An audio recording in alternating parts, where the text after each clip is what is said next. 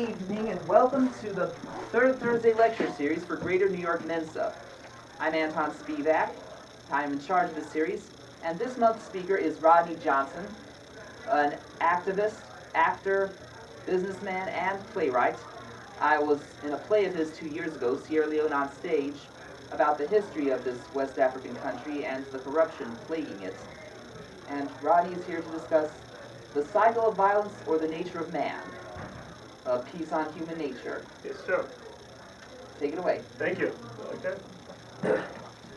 Well, thank you for having me, Anton. Well, even inviting me over here to speak on this subject matter. I mean, obviously, I chose this subject matter. I chose this subject matter because it's very personal to me, actually. But before I delve into my topic for tonight, I would just like a brief introduction about myself. My name is Rodney Johnson. I was born and bred in Liberia for about 9 years, and then the war kicked in Liberia in '89. There was a civil war, so I had to leave, and we went to Sierra Leone. That's where my dad is from. And subsequently, a civil war ensued in Sierra Leone again. So that was like jumping from the frying pan to the fire, kind of thing. So I endured two civil wars. My childhood was not a very normal one because of this experience, but it actually made me a better person moving on in life. So I actually produced a play when I came to Sierra Leone based on some of these experiences, especially as in reference to the war in Sierra Leone, which was very traumatizing. I saw things no kids should ever see, people being amputated, tens of thousands of people losing their life. So I decided to take this experience to the stage, because the stage is very powerful, in conveying such message. At least people will know and hear about this. Um, I'm also an entrepreneur. I have my business. I do fashion accessories. It's called Zuri, which is a brand I just launched into last year. And I'm an activist and an actor. I am delighted to be here tonight. With the subject matter for me tonight, I actually wanted to talk about corruption in Sierra Leone, which was a theme in the play that I produced 2 years ago, Lion Mountain, Sierra Leone on stage. But corruption, I thought, was too sort of vague in a way, and people might not really connect with that. And I realized talking about the cycle of violence or the nature of men, that's a deeper subject matter. And it's actually very personal. Personal in a way, my story is very personal. My name is Rodney Johnson. That's a slave name. People ask me all the time, how are you called Rodney Johnson and you were born in Liberia, West Africa? Very simple. At the end of the slave trade, some slaves were taken from America. Some went to West Africa, willingly, of course. Those who decided to stay are what we call the African Americans today, and they still have the names of the slave masters. So in a way, I might be actually related to some African Americans over here if I check my ancestry DNA. Okay, but the interesting thing about the history of Liberia, when some of the slaves that left America and went to Liberia, these slaves took with them the identity of the slave masters. They took with them the names of the slave masters, the Western civilization and culture and everything else. They embraced these fundamental traits. Um, Most people will look at what happened in Liberia because these people went over there. They endured slavery in America for over 245 years. In America, they were subjugated. I don't want to elaborate on the impact of slavery because we all know. But the point of this topic is these slaves, they tasted freedom for the first time, and they went to Liberia. What ensued was they actually took it upon themselves to oppress the indigenous Liberians for another 127 years.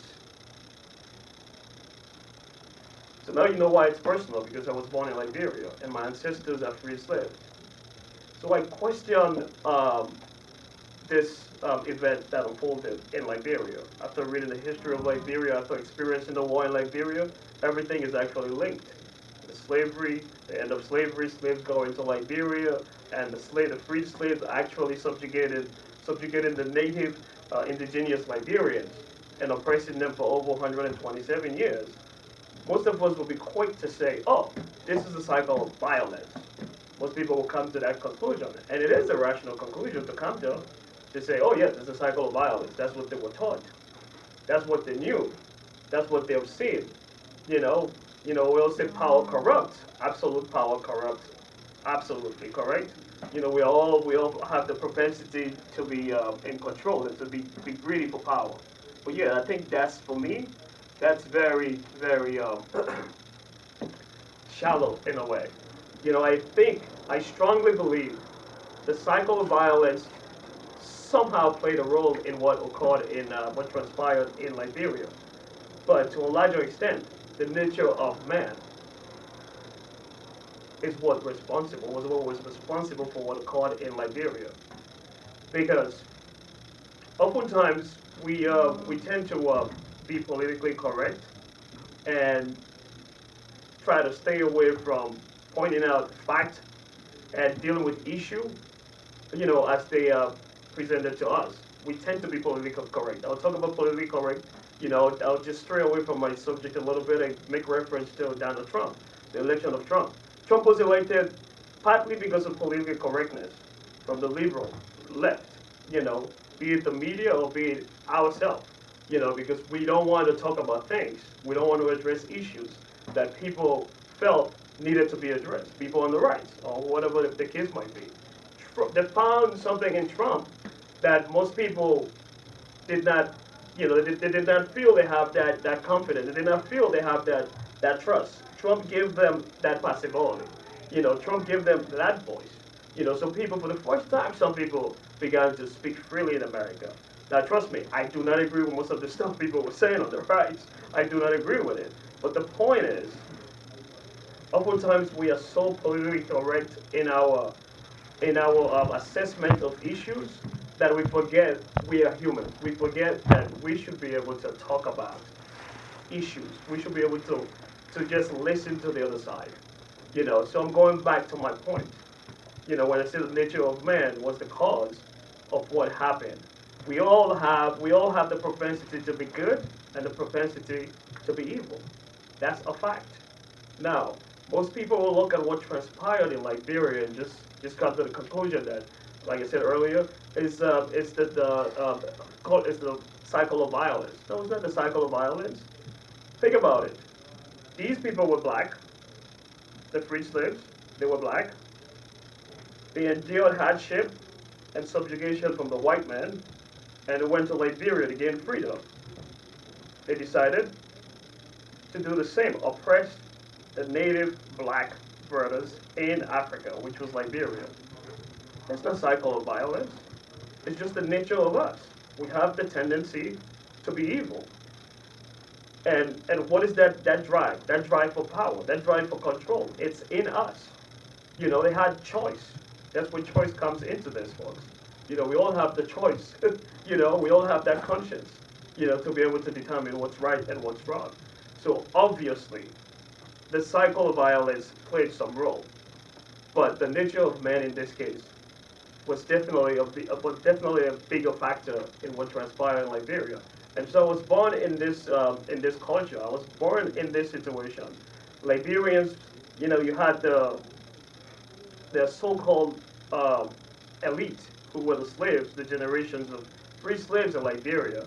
They took over Liberia and they ruled Liberia for 127 years. And the native people, they had no say. They were second-class citizens in their own country. They could not even vote. They could not even hold governmental positions. This went on for 127 years. So oftentimes we are quick to point to racism for everything. We blame slavery. We say, yes, slavery was evil. Yes, it was evil. We always want to point fingers at the white man. But let's just think for a second. If black people were in the position of power like the white man was, they would have done the same thing. I strongly believe that. I strongly believe that. that would have been the same case. You can talk about what happened in South Africa, as an example too. White people went over there because they had the power, and they subjugated the black South Africans. It's power. Power corrupts, absolute power corrupts, absolutely. You can talk about the Israeli-Palestinian situation. It's power. It has nothing really to do with race. It has nothing to do with cycle of violence. Cycle of violence plays some role, but it's not the rational conclusion. It's not the end all be all. So it is my hope that, we as people, we as nation, will be able to address issues with all honesty and not be so politically correct when we talk about issues. Let's just be, most people wouldn't, I'm sure some of us actually know the facts in all of these issues, but we are just afraid to say it. So the easiest thing would be like, oh yes, we blame the white man for everything that's going on in the world. No, I did a play called Lion Mountain. Anton was in that play. Most people will be thinking, oh, I would talk about, what's going on in the world, the role of the white man in Africa. When you talk about the economic, how you call it, when you talk about the role of economics in the world, also you have the IMF, the role the IMF plays in the world, and all that stuff. You have structural adjustment programs that's been imposed in Africa by Western government. It is not only limited to that. Sierra Leone, for example, we gained independence in 1961.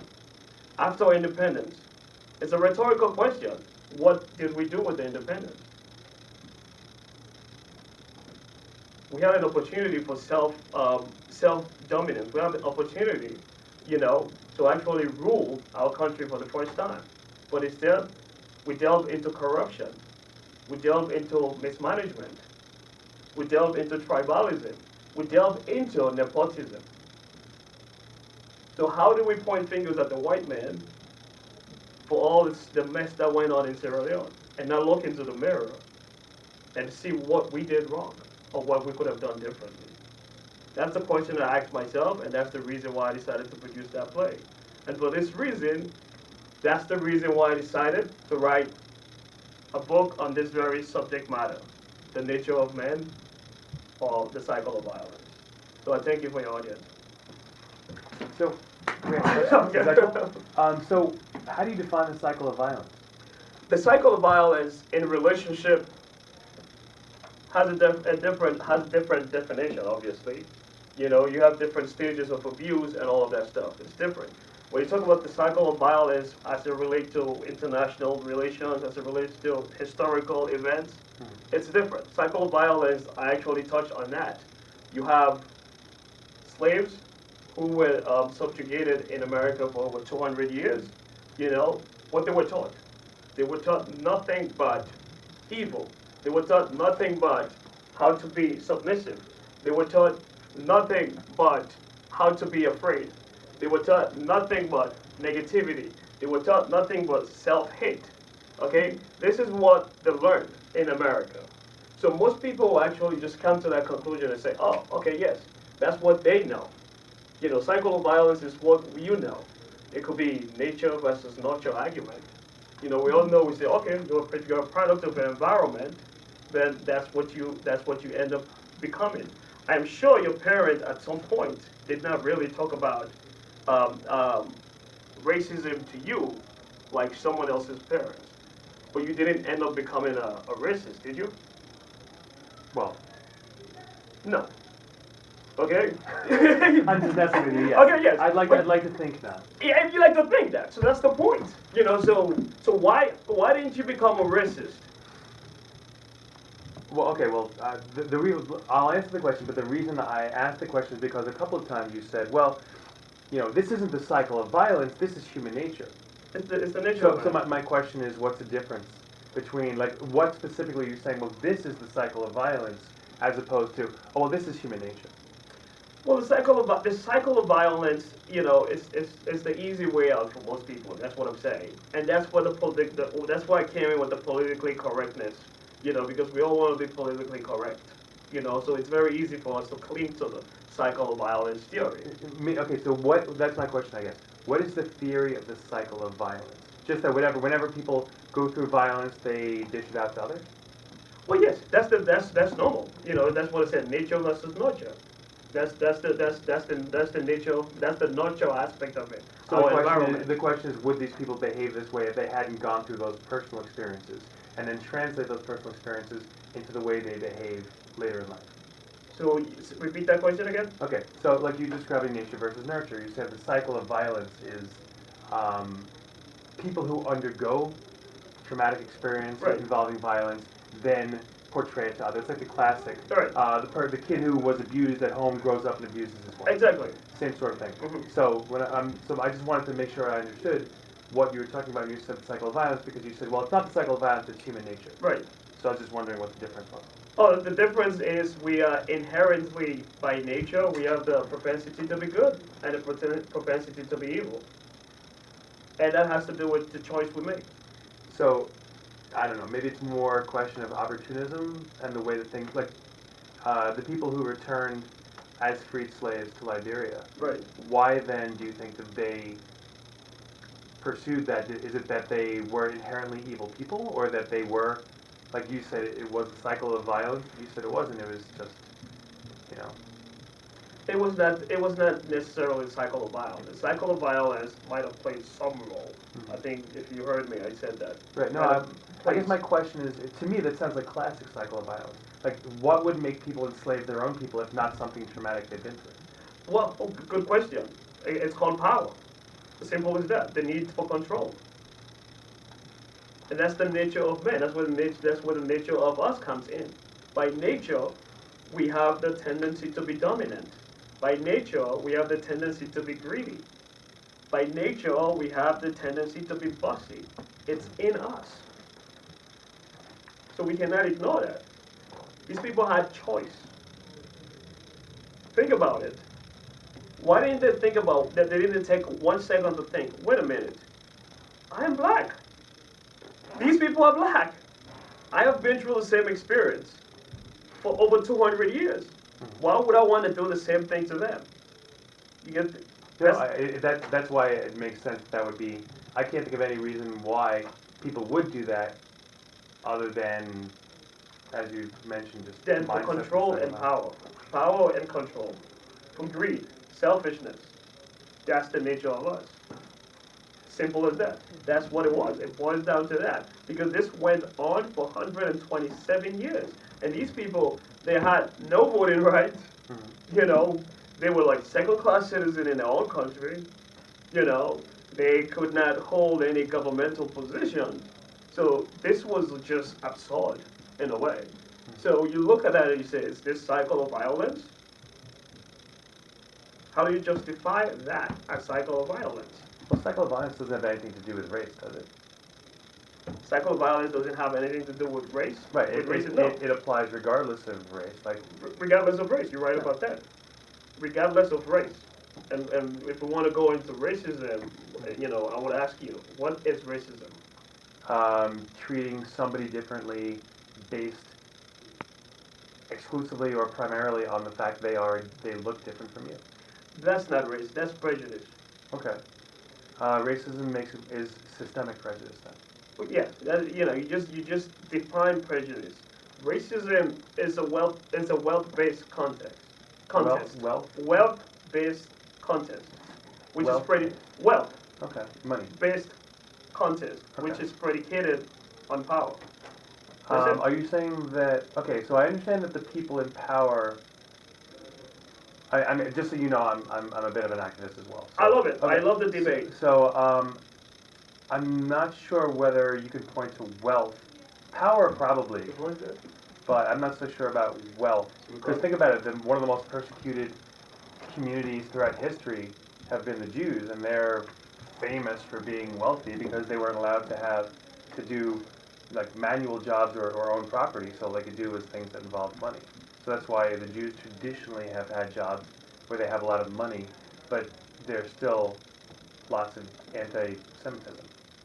Well, yeah, the Jews, they have money, but they don't have power. That's my point. So when you talk about wealth, I think maybe a better example would be power rather than wealth, because you can have money, as you just pointed out, without power. Yeah, but that's why you see the definition did not stop with wealth. You know, again, I'm gonna do it again. It's called race. Racism is a wealth-based contest that is predicated on power. Okay, I just don't know why you have to bring wealth in. It just Okay. seems an extra step. Obviously, if there's a power dynamic at play, Right. but you can't have racism without race. Well, without wealth, there is no. That's why you see black people can never be racist because we don't control anything. How about in Liberia? And If it was blacks oppressing blacks, that's not is that not racism racist? because it's two different. It's the same race. Okay, how about Israelis and Palestinians? That's not. That's you call that racism? That's I don't know. I'm asking no. you. No, it's not racism. Okay, because they're both Semites, actually. Yes, it's not racism. It can't be racism.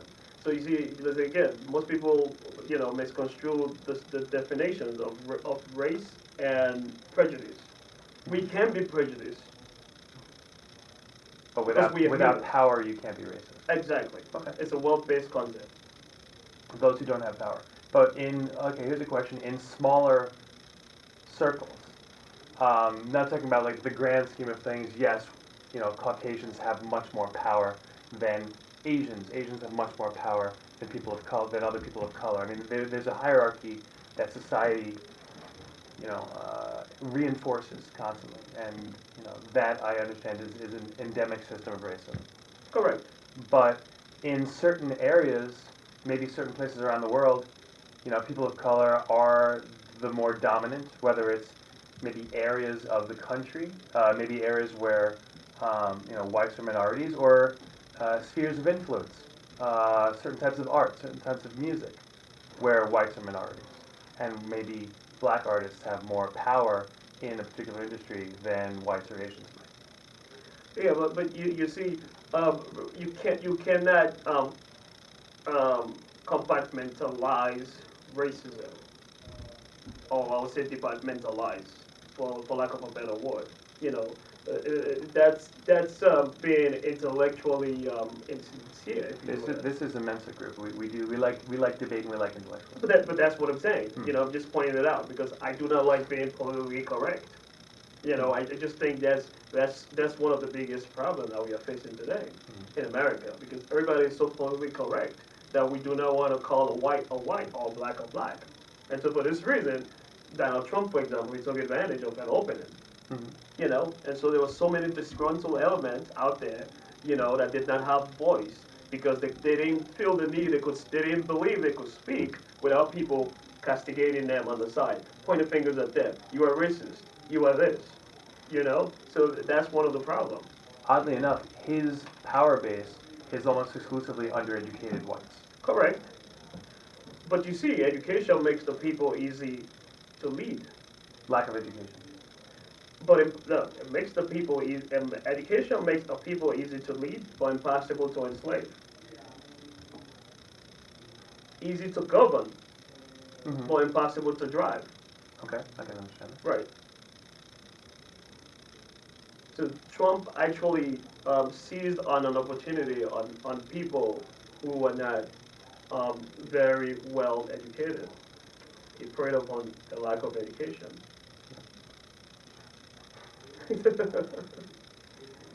So yeah, so that's the reason why I decided I'm actually writing a book on that, this very subject matter, because I was born into this world and I asked myself the question, did you know that because of what transpired in Liberia, that led to the Civil War actually, because the indigenous people at some point, they felt so oppressed that, it imploded and there was a coup in 1980 in Liberia. There was a coup. They took over for the first time, and guess what? They did not know how to rule. They did not know anything about management, and so it eventually led to the Civil War in Liberia. I think you've had similar situations in South Africa. You've had similar situations. Basically, governing is hard. Right. And it is unfortunate that people who may have started off well-meaning Right. get swayed by the power, get corrupted, True. and then you have situations like Sierra Leone. Sierra Leone is a unique case. Sierra Leone, Liberia, all these places, very unique. You know, I come from a different school of thought. You know, it's funny because when I was very young. You know, in Africa, you cannot have a debate with your parent like we're doing right now. You know, just example for having eye contact. It's something I had to teach myself when I came here because we in our culture we don't look in the eyes of our elders when we speak. You know, so that was a culture shock for me. You know, it took a long time for me to get used to it, talking to someone and looking in the eyes, let alone having a conversation with your dad, you know, about politics or something like that. You know, my dad was on one side, but I had my own voice. I was like a little rebel, you know, in a way, you know, so I was very independent minded. You know, I had my own school of thought, I had my own philosophy. My dad had one way of thinking, I had one way. When he says something, I'll say, oh, this is what I think, you know, we'll have a debate. You know, that was something that was not very common in the African culture. But I had that opportunity to engage my dad and when it comes to politics, you know, and stuff like that. You know, so that's a big factor too. The cultural influence is just the cultural dynamics is just different. You know, in places like Africa, it's just different. You know, but the bigger thing is when I'm talking about politically correct, you know, even in Africa, we are guilty of that. You know, we always want to blame the white man, like you said, for most of the problems. Yes, the white man has created a lot of problems in the world. That's a fact. But when are we going to stop blaming the white man for all of the problems of the world? You know, when are we going to take up a responsibility for ourselves and say, okay, this is what we could have done differently. This is what we can do different, you know, as a nation. There were good examples in Africa. Countries like Botswana, they're doing good. Look at Rwanda. They went from genocide. Right now, you talk about education, science, and technology. They're doing really good. You know, so what happened? You know, are we going to keep blaming others for our misfortunes? No. Sometimes it's easier to blame people than to actually put work in. Exactly. You know, so that's why I decided to do that. And most people didn't really like that because I was actually pointing fingers at us. You know, I try to get that through the United Nations. You know, there were forces against my flag. You know, because that subject matter is against the powers that be. You understand? So the status quo, they don't like change. So how's your book coming along? My book, I'm actually at the beginning phase of it. You know, I like doing things that impact the world. You know, something and it's also personal again. Mm-hmm. You know, I think it's going to spur up a debate, just like we are doing right here. You know, but that's just my personal belief. I strongly believe, you know, the cycle of violence, yes, it played some role, but it was not the determining factor in what transpired in Liberia. It was not. It's just the nature of men. It's just who we are as humans. We have the propensity to be good, and we have the propensity to be evil. And it's all based on the choices we make. And the opportunities we're presented with. True. I agree. Okay. All right. So, Thanks for your time. thank you. Thank you. Thank you, Rodney, for coming down here. All right.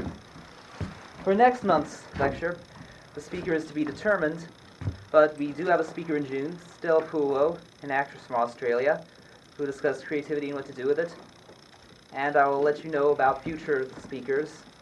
Remember, it's always the third Thursday of every month, 8 to 10, at this location, 777 8th Avenue in Manhattan.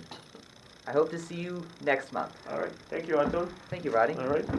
Thanks, Rob. All right. That works too. All right. Good luck. Nice Thank to meet you. you. Good camera work over there.